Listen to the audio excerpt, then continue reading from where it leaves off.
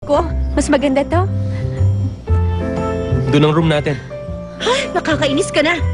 Wala ka naman sense of direction, ang hina mo pa. Sorry. Oh, what a coincidence. Dito rin kayo? Hindi niyo natatandaan?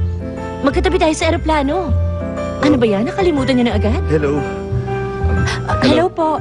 Bilisan mo, mag-check-in ka na. Oo.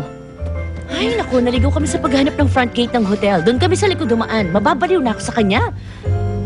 Oh my gosh! Hindi ko masyadong napansin nung nandun tayo sa plane. Napakagwapo mo pala. Para kang movie star. Sige aalis na kami. Halika na. Bilisan mo na nga.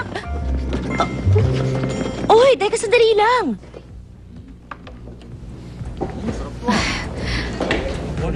Mukhang mahilig ka sa hotdog, Darius.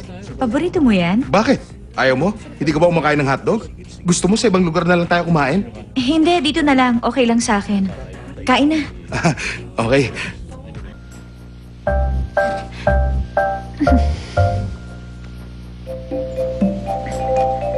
Ang ganda talaga rito. Asul na asul ang dagat. Ang sarap pagmasdan.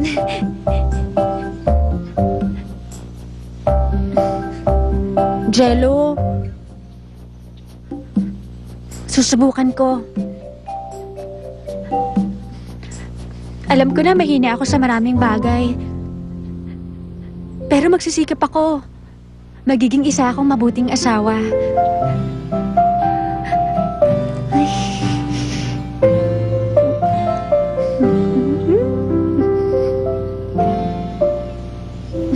Kinikilig ako.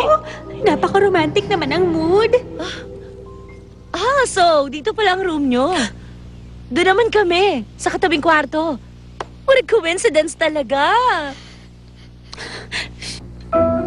Mukhang itinadhana talaga na magkita-kita tayo. What do you think? Dapat pala sumabay na lang kami sa inyo. Eh di sana, hindi na kami nagkandaligaw-ligaw. Hindi ako magaling sa directions. At sa marami pang bagay. Ah. Sandali. Mukhang bata pa kayong dalawa. Oo. Pareho kaming 21 this year. Wow! Napakaaga niyo pala nagpakasal. Ganun na nga. Shotgun wedding? 11 years. Ang agwat ng mga edad namin. Ang tanda pa niyang tingnan. Eto Thank ba? you. Wow, ang gentleman mo naman.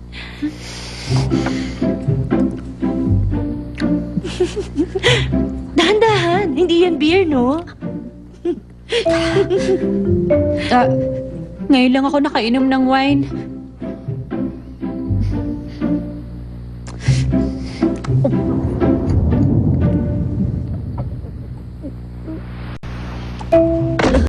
Huh? Honey? Honey? Uy, gising! Honey!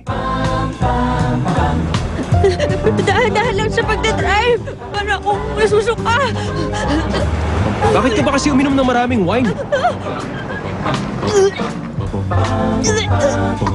Oh,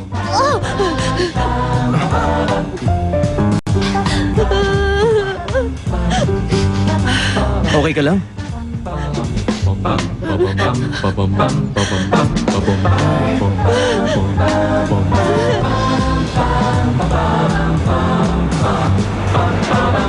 Di ko na palalampasin ng pagkakataon. Doble-doble